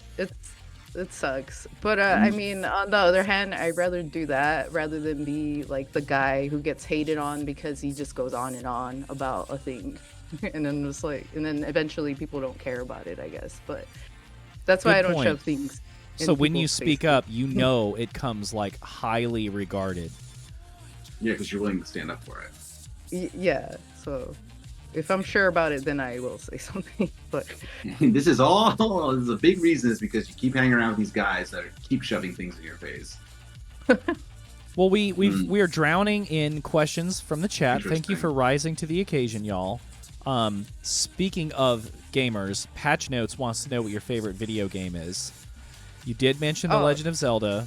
Do you want to name some Yeah. other ones? yeah. Or do you want to sure. rank the Zeldas, maybe? Oh boy. Well, I really like Breath of the Wild. Definitely one of my favorites. Very popular. And then I guess my second favorite would be Wind Waker because stylistically it really influenced me. Very think iconic. It's a little, it's a little. I don't know. Some people say, "Oh, I could so tell your artwork was influenced by this," and I'm like, Yeah. "Yeah, that was a big thing." I'm really into Tetris still. Like I love Tetris in every form. Puzzle games. Okay. Wow, interesting. I didn't see that one coming. Yeah, I love Tetris. Did you ever I play? think that was... Huh. I'm the best interrupting. I owe you an apology. Did you ever play any of the spin-offs like Yoshi's Cookie or Wario's Woods? Yeah, I did play those as well. Good fun. Yeah, like my mom was really into video games, so like when I was Awesome. basically as soon as I could hold something, I was holding like one of those old Game Boys. Really? That's gray so ones. sick. Yeah. Oh, wow, so your mom was really into video games too. Yeah, well, yeah, she had a Game Boy and like That's we had badass. Nintendo. So we would share the Game Boy and stuff. So that stayed with me. Tetris is just always gonna be there. The newest one, I forgot what it's called. Tetris Effects, I think it's called. It's for the PC. But Wow. I suggest you guys check that one out because it goes with music and everything, and like the whole visuals and everything is almost like a music video. Jesus, they've leveled up. Yeah, it's really cool. And I actually got into it from Emmanuel. If you remember, he goes by Omni. Oh yeah, Omenai. Yeah. Or Omni. I always thought it was. Yeah, anyway, we had him on the show, and some of his visuals did have the Tetris effects in the show. during his set. So if you guys are interested, it's in that previous episode we just had of Sight, Sounds, and Conversations. Yeah. Very cool. There you go. Omni. Yeah. Did you ever play like the Arkanoid games where it's like the little paddle and the ball like bounces off of it and like will make a little brick disappear, and then you catch it again, and then there's like power-ups that make like the bar bigger, or you get multiple balls. Yeah, definitely. That's way less stressful for me than Tetris. For sure. It is a little less. Because one of my favorite versions of Tetris is Tetris 99, which is you battle against 99 other people. Oh, and wow. It's Oh, my goodness gracious. Yeah, it's super intense. I've only been able to win one time where I beat everyone, which is great. Wow, nice. We're dealing with like a Tetris heavyweight here. Okay. I had no idea this was another special skill you had associated with you. Fun. Do you fuck with Final Fantasy? Yeah, of course. Haven't beat them all, but I would say my favorite is like 6, 10. Okay. I really want to play 13 because I just really love Lightning as a character. Lightning's a bad bitch. So Molo in chat, Molo and I are like the only fans of Final Fantasy 13 alive. Although Equip played it, and he said he liked Lightning Returns a lot, but yeah, I am very interested in finding out what you think. Dan Mason actually is playing all of the Final Fantasy games right now in chronological order, and he just finished 10, and he had, I guess, sent to it was Tech Honors. He had sent like a paragraphs of his thoughts about Final Fantasy X, and he copy pasted it to me because he knew I was a mega fan, and he said like it was the best battle system he had ever played in any game ever. And he was very much a fan, which made me happy because that's my favorite. I can't say I'm surprised that 6 is your favorite. That's a compliment. It is. Yeah, I like 10 a lot too for its mechanical stuff because it is pretty interesting, honestly. Like that was one of the first games where I really like or at least tried to pay attention to it, as best as I could at the age I was. But yeah, I mean, honestly, Final Fantasy aesthetics in general is just like they're always on point, so can't even ignore it. So anybody that's a fan of like experimental like fashion, like honestly, Skelly, you would love, and I'm sure you've probably already seen some of the just crazy like get-ups some of the characters are in. Oh yeah, love them. Love that stuff. All right. Well, thank you very much for answering our video game question. Molo has been on fire in the chat with questions for you. Wants to know if anyone has ever put you down about your work and fired you up where you created more in spite of their comments. No, actually, I've been very lucky and I've had no haters. That's good. Yeah, nice. Nary a hater. Maybe. But I did have one person steal something from me without like even asking me. What? You kidding me? So it was a rotoscope I did of Equip with the long hair, and it was all like messy and stuff. It's on my Instagram, and they just they tagged me and everything, and like put it on their YouTube, which is fine. Eventually, I did do a copyright claim because I didn't know how to react at that moment. Yeah, of course. But I retracted it later. I was just like, you know what? I don't really care. I just was like, they can use it. It's okay. But I found out this person did steal like other people's work, basically to put together his whole YouTube channel of like tone and stuff. But I let it go because I was just like, this isn't really, I'm not making money off of it. This guy's just kind of he put my visuals to like a lo-fi hip hop kind of like sound. Okay. Interesting. which I felt was a little off matching, and Right. he also, Yeah, it didn't fit the Like, bro, vibe. this is Equip dancing up and down. Like, what are you doing? yeah. So that was the first thing, and the second thing was just like, why not just ask? Because Yeah, I I would just have asked exactly. I would have 100% been like, hey, yeah, sure, use it. But since he didn't ask, I did copyright claim him, and then later Understood. retracted it. But Yeah. it, yeah. So that's probably the closest thing to a hater that I've had. That's I'm a little good. scared to get a hater, an actual scared. one. Oh my god. Well, I mean, Uh, if you have a hater, I guess you're doing something right. That's what they say. That's what they say. But I don't know.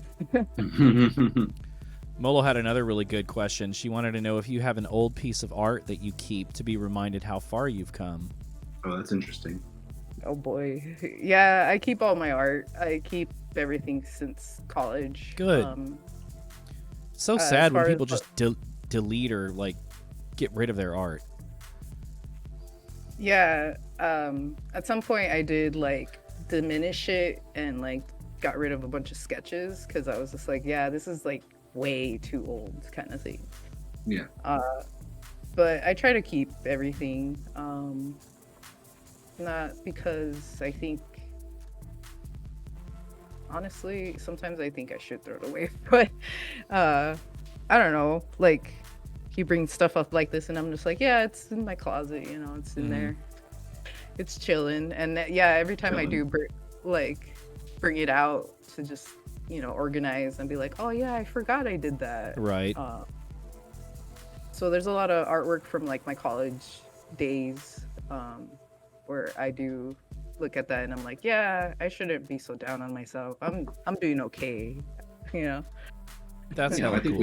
we all do that. We all look back at these things and think that way. And it's always good to be like, yeah, I'm doing okay. It's fine.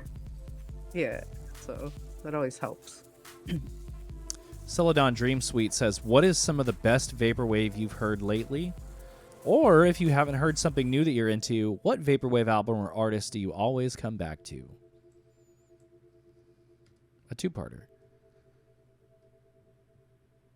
I mean, that Macintosh Plus album that like True. what was it called? Lisa Frank 420 or whatever. Yeah. I mean, I know that's a default answer, but like I really No. love that album. I'll put that on straight through and, you know, just chill. And I mean, Equip as well. Some R23X. I'm in that area, I guess. Oh, Wizard of Loneliness. Mm-hmm. I'll put a lot of that stuff if you want to consider it vaporwave. Yeah, we consider it in this. It's in the scene. Yeah. Yeah, actually, he was one of the first ones that I like really got into from besides or even before when I like Equip and stuff.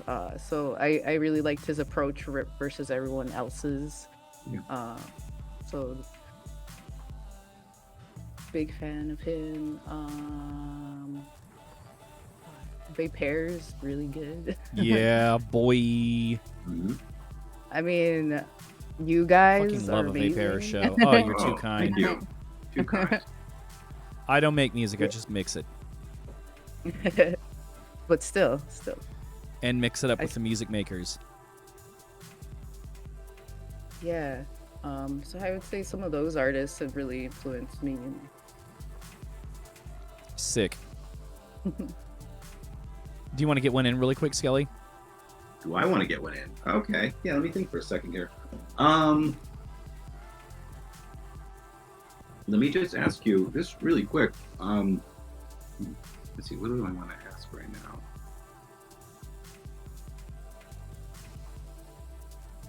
Okay, so ideally, would you, so with your art, is there a something really big that you want to do with it that just, you think about occasionally, but you haven't quite had the opportunity to do yet, or maybe you don't think you're quite there yet with your skills?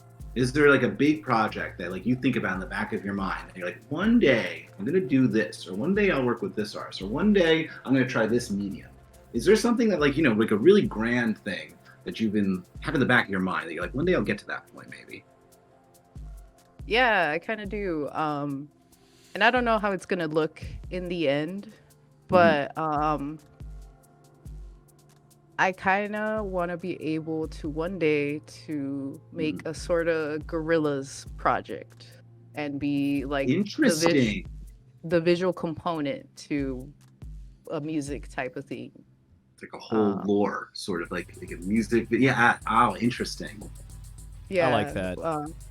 Whether it's like a music video or like a video game format, like All something you need to do is in find that an area. anonymous artist. You Like can kind of be, like it's almost you can yeah, make like them.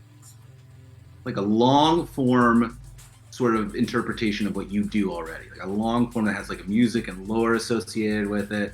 That's interesting. That's definitely a really interesting goal. Gorillaz, I think, is just probably like they have gone on to inspire so many people. That band and that project in general has really inspired. The more people I talk to, particularly like artistic visual artist people, particularly around younger age groups, that Gorillaz left a huge impression on them. You know, I mean? It's interesting, and that's an interesting act. And I don't know much else like it. You know what I mean? Yeah, definitely. Big inspiration for sure. Or like, Nintendo is kind of doing a little bit of sort of something like that with Splatoon. So their characters are always like little performers, and like they even have like their own language and everything. And lately they've been putting concerts together with like. Oh no way! You know who's been doing something like that is is our friend PJ with his work. You know what I mean? Oh with yeah. His album with the fantasy Fighting Island stuff, right? He's got like characters associated with it. They even made the card game for him as well. So he's kind of doing something. Shout like out that, August Rivers. Yes, shout out August Rivers. I'm forgetting August's fantasy. I'm forgetting their project name, but the work that they've done with PJ has been phenomenal with Fighting Island and all the lore.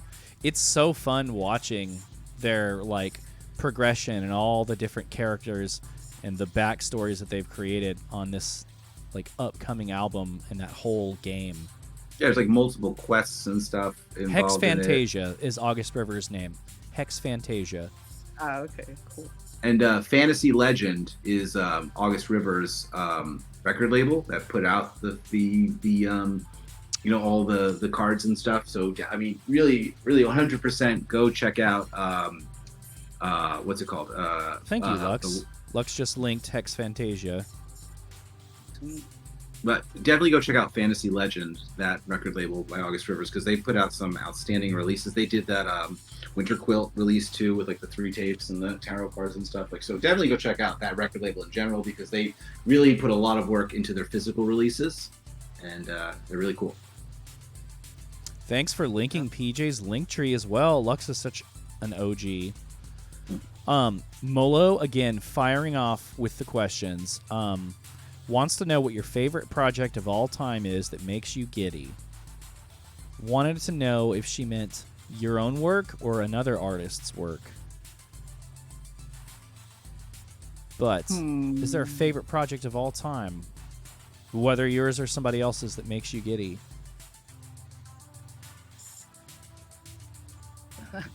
That's a good question.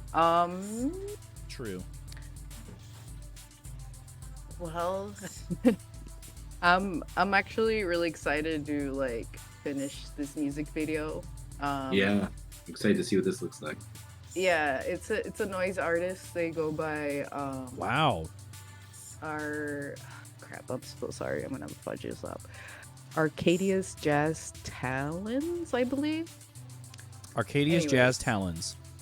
You have them on the show before, yeah.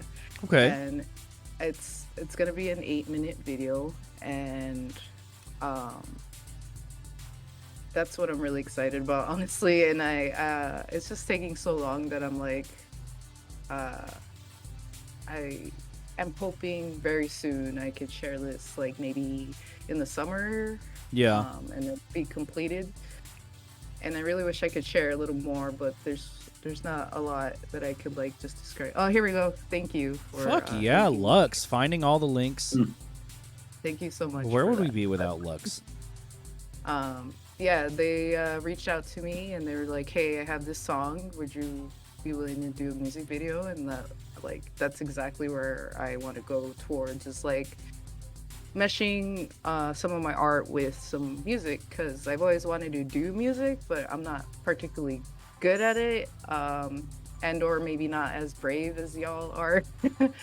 Because I'm always hiding behind a pencil, but maybe in the future I'll have more music involvement as I become more comfortable with the process.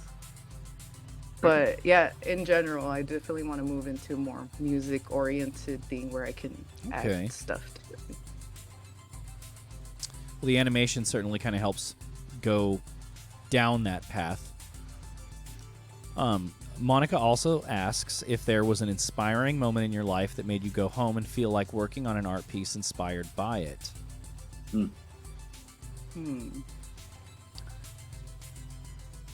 Yes, I will say yes. I can't think of anything in particular that was very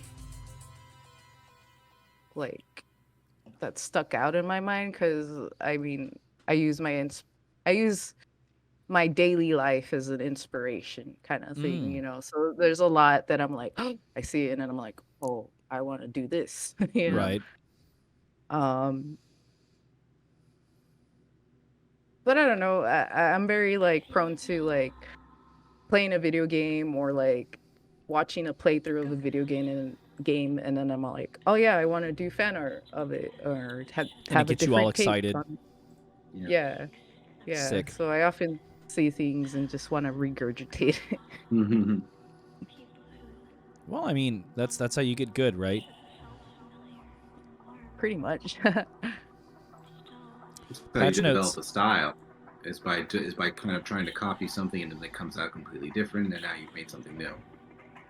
Yeah, like you know, you maybe you start out tracing things, you know, or just doing the old grid thing, you know, and then copying something, and then you kind of put your own spin on it, and before you know it, you're a damn artist.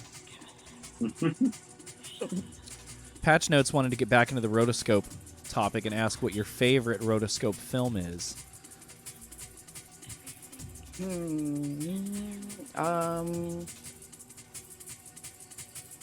I'll say heavy metal.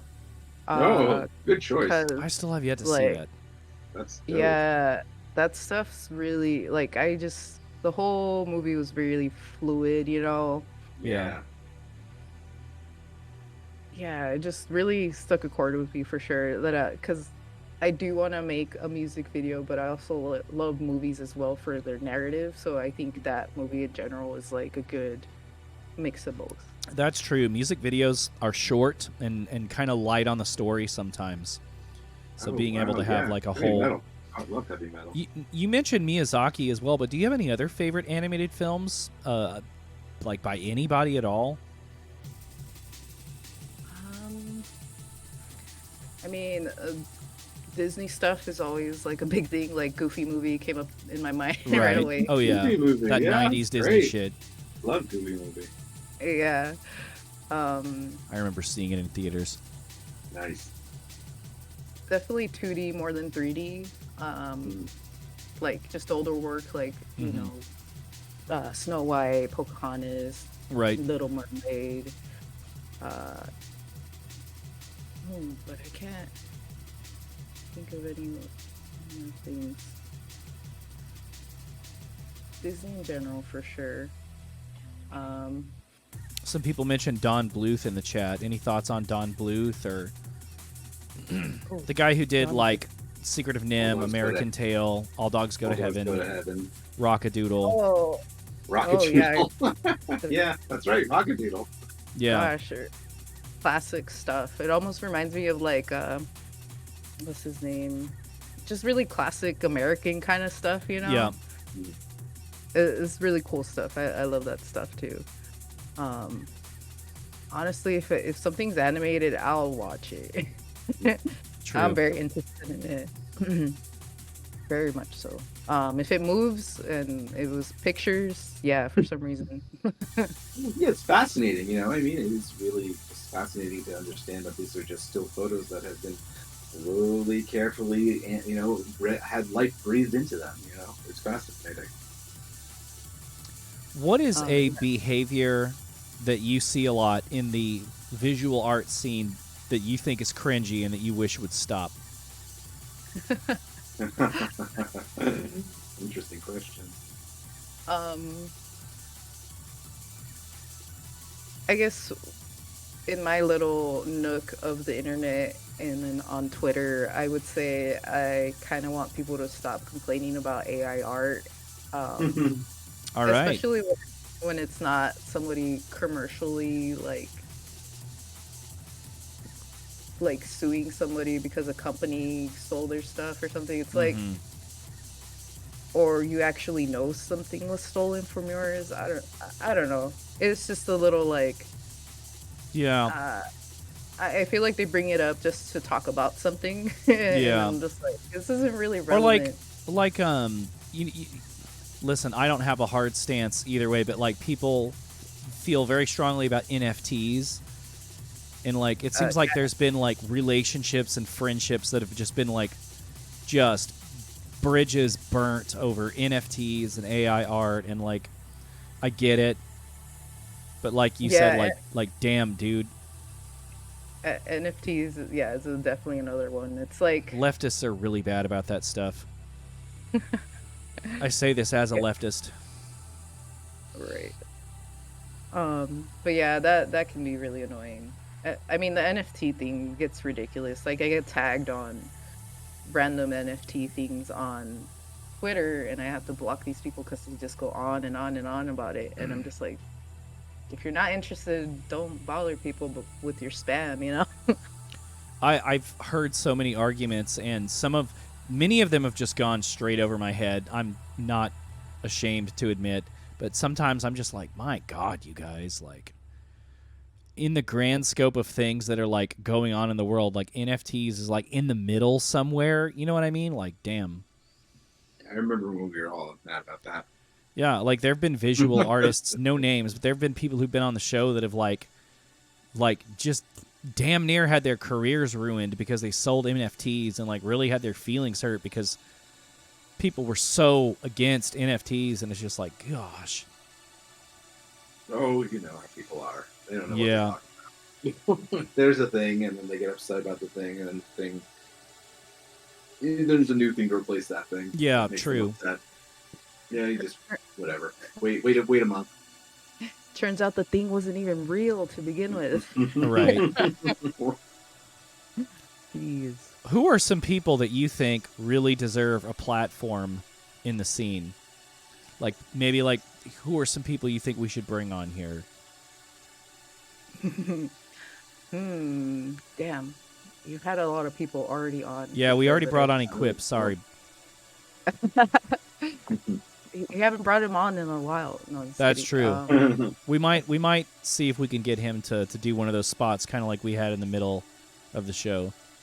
He's gotten kind of busy lately, but maybe he'll do it. Yeah. Have you guys gotten Mark on? Jangle coin? Wait, have we gotten who? Oh, Mark Young. No, we haven't had. Oh, no, we RTX haven't on had him yet, actually. No. Or Yeah, we can Mark on. have you guys had Molo? No, we have not. We have not had Molo on yet. No. She's always here. She's always. Molo would being be so a great supportive. guest. I have sure. teased the idea of there being a crossover episode where I was just gonna say where Molo replaces me or Skelly. That'd be fun. Or one of us comes on the Molo 360 podcast. Yeah. Or I just had there in my mind, but I forgot. Darn my mind. Maybe it'll come back. You poor thing. You're just like me. I'll be like, yeah, that one thing that I've been wanting to recommend is. Yeah. It came back to you, didn't it? Oh yeah. Oh, I'm sorry. Soft Replica said it. Codex. Yeah. Oh yeah, we need Codex. Yeah, we gotta get Codex on for sure. Yeah, Codex. What I was thinking about. You guys already had PJ on, right? Oh yeah. Yeah. We got Yeah, I PJ think I was there. That was a fun episode. I really enjoyed talking to them. There is one artist. I don't know if they would be open to it, but I'm a big fan of theirs. Their name is Nissan Unstoppable. Nissan Unstoppable. I've not heard of Nissan Unstoppable. Yeah, we've had him on the show before. Okay. I believe he lives in Australia, so I don't know. If We need badly to get more artists that are not American on this show. I've got one in the funnel very, very soon, but Nissan Unstoppable. Do they make music or are they visual artists? Yeah, they make music. They just recently released an album, actually. Was it called Half Past Midnight 30? Yeah. Lux very well may have linked it in chat already. Oh, Shout wow. out. You are on it. Oh my god. Yeah. That's his recent stuff. Very Okay. good. Well, I'll have to check that out. If you want to if you want to recommend a specific track to me later on, I'll have to definitely check that out. Sure. What about Molotovich? I don't know. Molotovich. Molotovich was in chat earlier. I have missed them.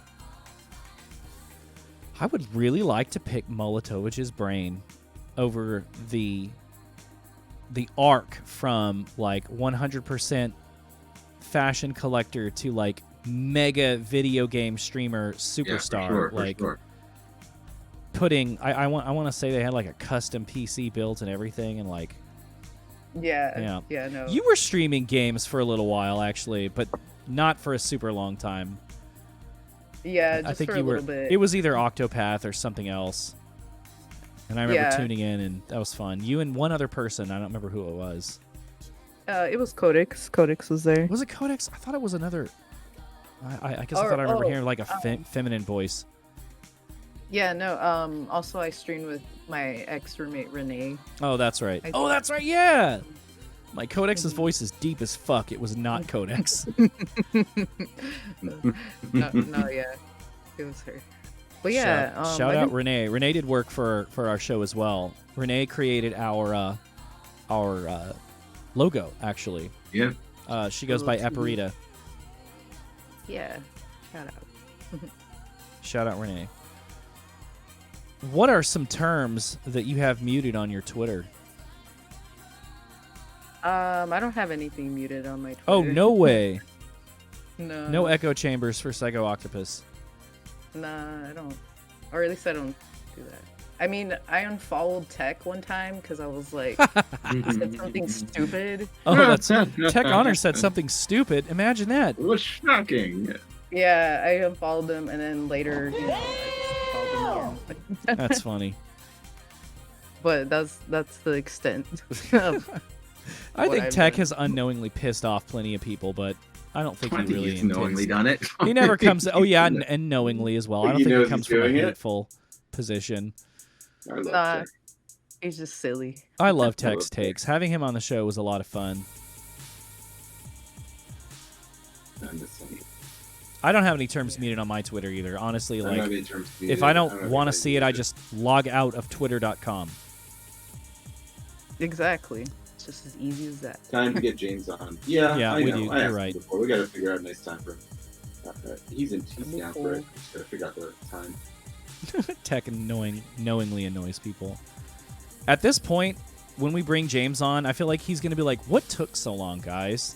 And he's going to stare at me with those like scintillating blue eyes, and I'm just going to shrink to about that small. No, it's a matter of we have to pace ourselves. We don't want to bring in every person we know on right away. You want to like leave some for later seasons for this and that. We already had 2 members on the show already. One in the first season. One Yeah, in the let's second wait season, 2 years and, to get the third member on. And like I know James very well. Better than I even know Keith or Tech. Like it's James from Philadelphia. So there's no place to get to it. You're right.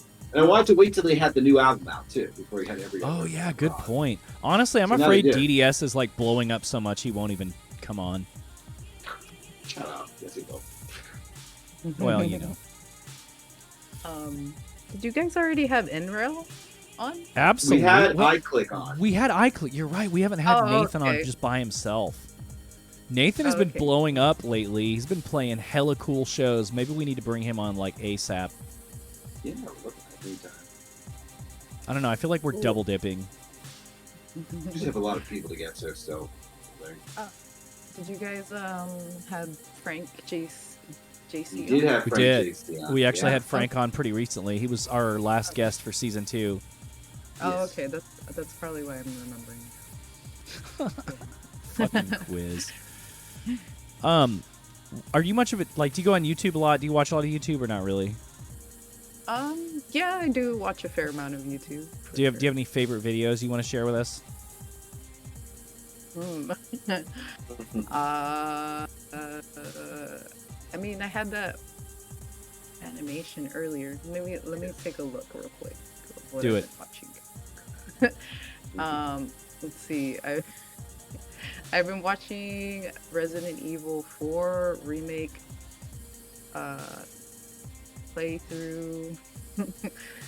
I know, so interesting. You watch playthrough videos? Yeah.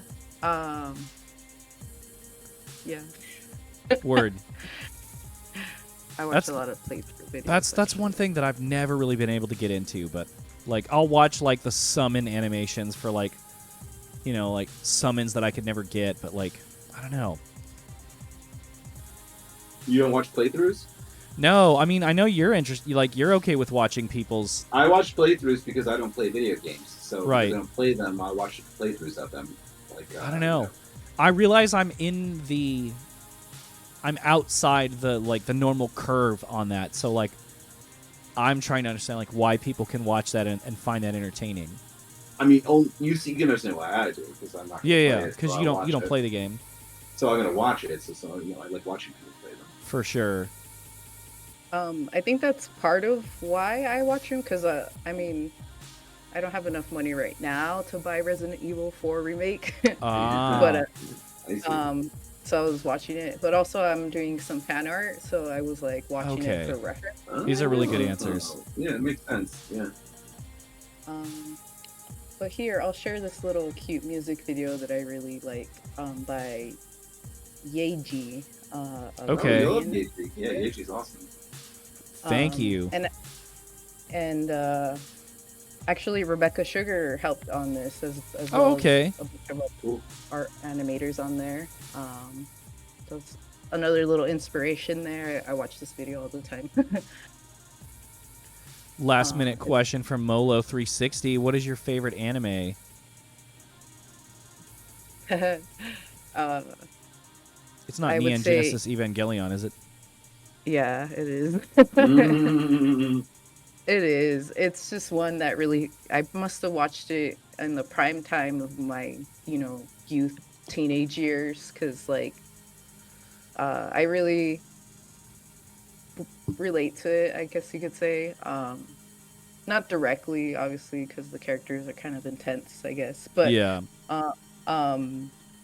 yeah, I was a little depressed little kid Damn. as a teenager. I was a little emo. Same. So I related to Shinji a lot, and I always wanted to be Misato because she was like that strong woman type or whatever. But yeah, I will say Neon Genesis is my favorite of all time. But I will say like Ghost in the Shell. There's a really Yeah. quick second. It's good stuff. Like the Animatrix was a big influence early Yeah, I on, love the and Animatrix. all the Miyazaki movies as well. Like I saw Castle in the Sky really early on, and Very cool. Princess Mononoke. Yeah. As far as the animes go. Very cool. Well, we are almost out of time, and as promised, there's a portion of the show where we let you shout out anything you want. So if you want to promote yourself or drop some links or just say anything you want, now you have a platform to do that. Gotcha. Thank you. Well, first thing I wanted to offer up here, I'll get a link real quick for y'all. I added more prints to my website. So if you guys are interested in any prints, stickers, even commissions, if you guys are interested in that, I am totally open to that. And here's my store link if Very you are cool. so inclined to check it out. Or if you have any like commission ideas as far as fan art, I love doing fan art. I love doing Pokemon fan art, especially. Hell yeah. That's actually one of the things that got me started, is doing like Pokemon drawings for Right. people. And Drawing then little just, like, monsters. involved from there, yeah. Also, I just wanted to bring up the Sight Sounds and Conversations YouTube channel, because we moved most of the stuff on YouTube now. We were streaming on Nice. Twitch for a while, but now most of it's on YouTube. If you're not sick of me talking, there is another interview I did with them recently. Hell with yeah. Kodak. Put a link of that previous episode up. Please do.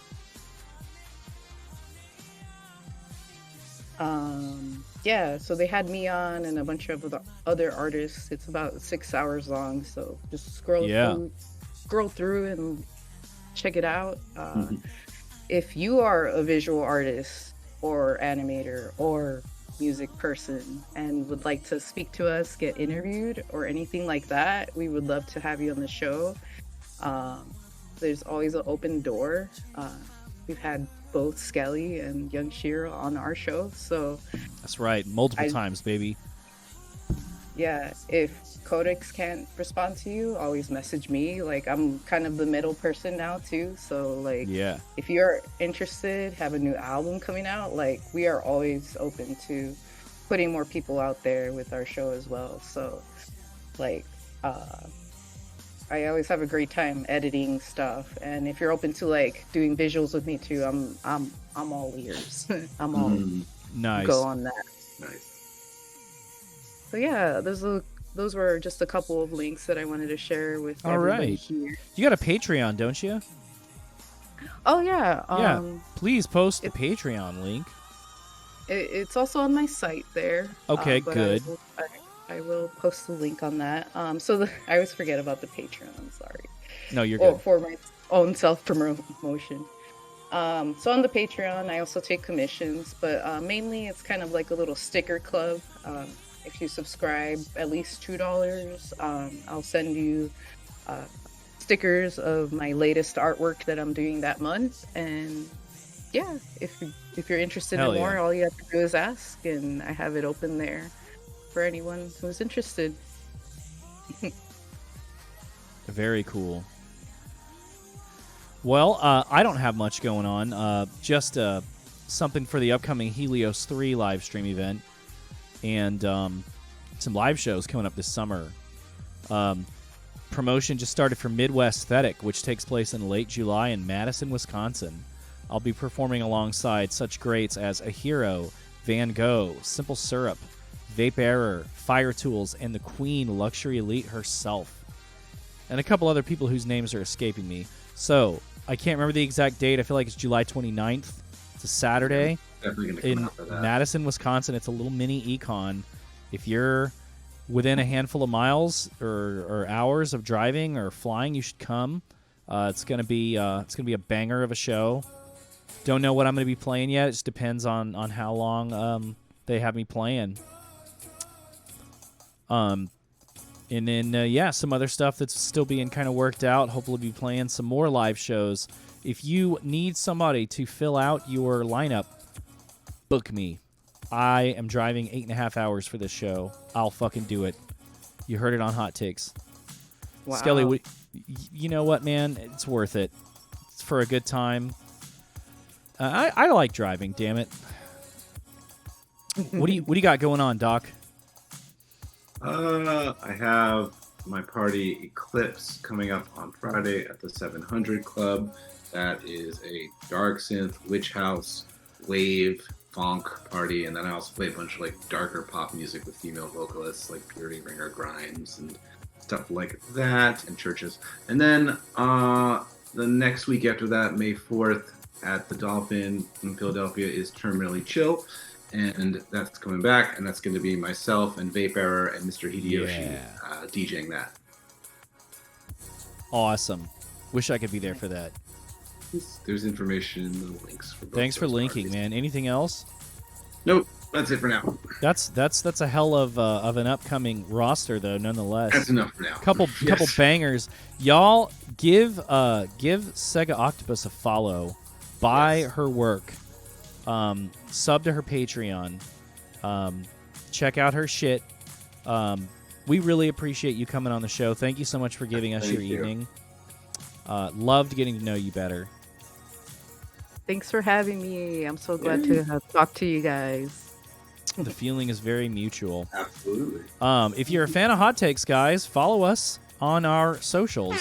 Here's the link tree right here. If you like me or if you like Skelly, follow us as well. Just saying, one or both of us has got some good shit out there. Check out the new Spotify playlist sent to us by Whitewoods. It's a 10-track playlist with some of his favorite 80s cinema soundtrack songs. If you enjoy arguing, debating, and geeking out about art, jump in our Discord server. We got hundreds of people in there, and we just laugh and be silly and get to know each other and talk about hard-hitting thoughts on art and music all day. And last but not least, if you feel so led, follow the donate link. All donations go straight back to the community, and they help us upgrade our equipment so you can hear and see us better. And we commission our friends like Segaoctopus and Lunitas and PJ and B and Eparita and DS Dude to create visual art for us. Saving up for a new logo. But, at the end of the day, we appreciate those who've already donated. If you feel led to do so as well, we appreciate it. And we love you either way. Don't forget to join us in 2 weeks. That's going to be Monday, May 8th. At 9 p.m. Eastern at twitch.tv/HotTakesVapor, where we'll be bringing on our good friend Patch Notes. We're very excited about getting to know Patch Notes a little bit better. And we're going to run, before we say goodbye to everybody, we're going to run the ad for Neon Nights one more time. Tomorrow night, every other Tuesday night at 10 p.m. Eastern, that's 7 Pacific, we have a 1-hour show that Lux puts on at her YouTube channel, which... go ahead and drop the link in chat if you don't mind, where you can tune in and you can chat and you can listen to Lux's favorite Vaporwave picks. There's theme nights and overall just great compilations of Vaporwave music. You can all chat with each other, and she puts it all to a live visuals as well. So we're going to run that ad, and thanks for dropping the link, and thank you guys all for being here tonight, especially you, Segaoctopus. Yeah, thank you. I had a lot of fun. On behalf of the Hot Takes community, good night, and see you guys in 2 weeks.